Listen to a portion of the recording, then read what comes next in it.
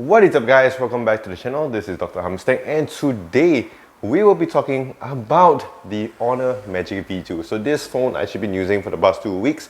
So today is my final review here after using this phone as my daily driver. And of course I always like to break it down into 4 main segments over here just to give you guys a more comprehensive view on how I have been using my phone for the last 2 weeks. And just to let you guys know, yes, we are going to talk about this phone as a phone, but more importantly as a foldable phone, because that is the true form of this phone. So yes, without further ado, let's just get right into it.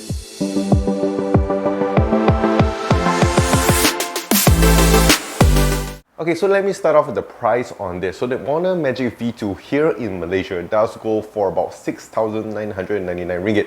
So it is about the 7,000 ringgit mark, which does place it at about probably the $1,800 mark. So I think it's a really good price for a foldable phone. And the main thing that they have advertised for this phone is that it is the lightest and slimmest foldable phone to get in 2024. So we're going to talk about these parts here, and the first thing that I do want to highlight here is of course the holding experience, and this basically covers the build and design and also the material and just basically how the phone feels in my hand. And what I can say about this is that it feels really good in my hand. That's what she said. So what I can say about this is that yes, as a phone, it feels really comfortable, very nice. And of course, it doesn't feel very heavy as with many other foldable phones, because most of the time you will get probably 1.5 times the weight of a normal flagship phone. But for this one, I can clearly say that this feels like a normal flagship phone. Like any phone you're going to get there, the S23s, the S24s, the iPhones and all that, it does have a very similar weight to it, which of course I really do like, because it doesn't add to the bulk, especially if you're going to put it in your pocket or in your bag or anything else, or especially if you're using it on your phone car mount, it doesn't give you the extra thickness there, so it's really easy to mount. And that is one thing I like about this phone a lot. And one more thing I want to highlight here is also the leather that they have given us with this. Very nice touch to it, and I do like the fact that they have given us a stand with this phone here as well. So especially if you're watching your shows and all that, it really helps a lot. And this is something like a small gesture that Honor has done for their phones, which I really do like. One more thing I want to highlight here is of course the material feels very premium indeed. We have the violet purple on the back here, looking very slick. I did wish I could have gotten the leather black color edition. I think that would be really awesome. But overall, it's still a very good design. And of course, again, it does have nice curves on the sides, and also the handles here feels really nice. I do like the button placements over here as well. The power button and also the side mounted fingerprint scanner is very easy to reach for most of the time. And also the volume rocker, which is located on the other side of the foldable hinge over here, but it still is very easy to reach, so it's not much of an issue over here.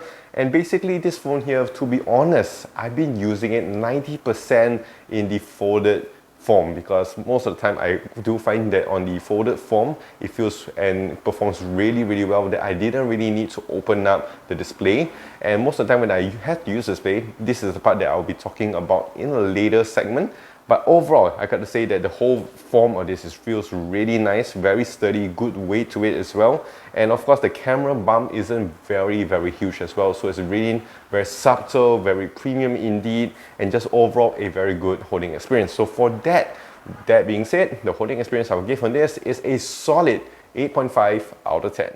Alright, so next thing over here, let us talk about the viewing experience. So this will cover the display, the speakers, and also the haptics on this. And what we're going to talk about the display here is a little bit different, because I can say that the display looks really nice OLED display, nice colors and all that good stuff. But I do want to talk about the display on the folded form and also on the unfolded form. So what I like about this is the transition. If you're watching shows or you're doing some of your shopping or you can go through social media, I like that the display here is very nice, very bright. And when you open it, I feel that the transition is so seamless over here that you don't really feel like a stutter or lag, or in case if you're missing out anything, it feels really nice. And when you unfolded it back again, it actually goes back very nicely. Of course, there are certain apps that will need you to restart the apps here so that it will give you the more better optimization. But other than that, I do like the displays that we have on the outside and inside as well, because a lot of times when I'm watching shows or playing some games, you know, I just want to use use my bigger display, but of course I'm just using it as a normal phone. But just sometimes I just want to pump it up and just show it off, and I unfold the phone, and I can still get the same experience, maybe a better experience. I wouldn't say that the display is super massive or super big, because most of the time they will have to put it at the center anyway, but it does give you a better 16:9 ratio for your shows. But I gotta say that yeah, you get a little bit extra screen space over here. I really do like it a lot. And one more thing that I do notice, that like I mentioned before, I only use 90% of this phone in the folded stage. And when I do use it on the unfolded stage, I would say it's mostly the time where I'm going through my social media and I still want to check out some of my emails, where I need to open up the split screen or maybe the multi-window. And these are the things that will actually help me a lot, because sometimes I'm just doing some calculations. I need the calculator to be on. I need to go to the currency axis there to see the currency update and all this other calculation stuff. So this really helps a lot with that huge display, that 7.92-inch display over here, which helps a lot. And I do like that the software experience on this, which I will talk about in a later part, also helps a lot with the display here. So overall, I gotta say that the display here is really nice. Speakers as well, we get nice stereo speakers. I wouldn't say it's the loudest. I do find that other companies may be a little bit better, but the speakers on this is actually very, very nice and very decent. It's very clear. You get your nice vocals, you get your nice sound quality as well, so it's all really good. The haptics on this as well has been really, really nice. I've been using a lot of gamings on this phone as well, and it works really nice and premium indeed. So with that being said, for the viewing experience on this, I will give this a solid 8.5 out of 10. Okay, so next up here, let's talk about the user experience. So the user experience will cover the hardware and the internal hardware. So what I can talk about this is that yes, we have the Snapdragon 8 Gen 2, great 16 gigs of RAM, we have all the 512 gigs of storage and all the good stuff.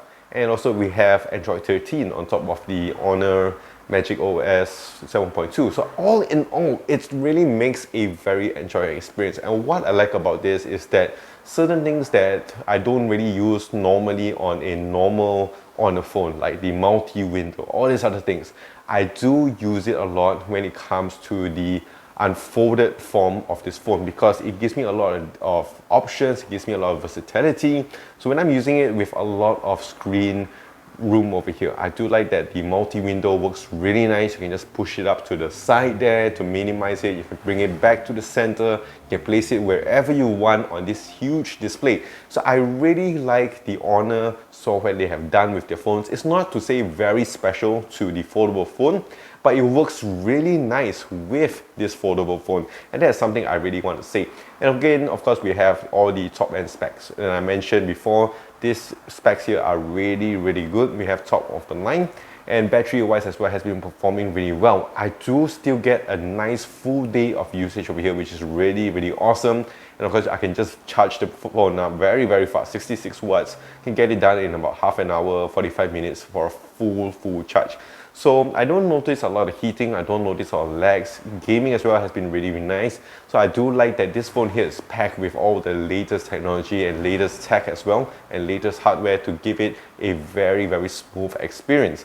So yes, with that again being said, the user experience on this, I will give this a solid 8.5 out of 10. So last but not least, let's talk about the cameras here. So I do like that we have a lot of cameras. We have one selfie camera on the outside and also on the unfolded screen as well, and also we have the rear cameras. And what I like about it, again, when it comes to these type of phones, is the versatility when it comes to this. Of course, you can't expect the highest end kind of camera processing when it comes to these phones. You can't expect it to be like the Huawei Mate series or the other S24s, the S23s, the iPhones and all that. But the cameras on this is really, really good. I do like the shots that I've taken so far. It comes out really nice, very sharp. The colors do look very vivid as well. Not a lot of processing that is very, very apparent. Of course, when it comes to selfie here, this is a little bit tricky, because when it comes to China phones, most of the time they will give you a little bit more smoothing, a little bit of some beautification here and there.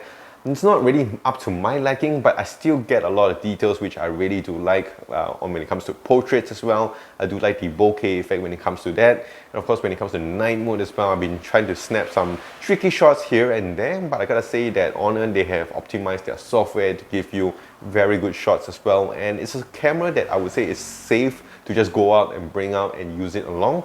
And again, one more thing when it comes to this kind of phones, when it comes to foldable phones, is when you're going to try to take photos here and you have like, you need a stand or something like that, and it works really, really nice with a foldable phone because you can use it and you can see what you're taking even before you take it. Of course, you can use the hinge over here as a standing tool, or you can even use the case that we have here as a standing tool as well. So I really do like, when it comes to foldable phones, the camera experience on this. So with all that being said, the camera experience on this, I'll give this a solid 8 out of 10.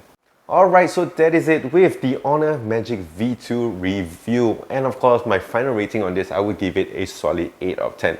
But it is not a phone that I would super easy to recommend to a lot of people because the price on this is 7,000 ringgit. So that's quite steep.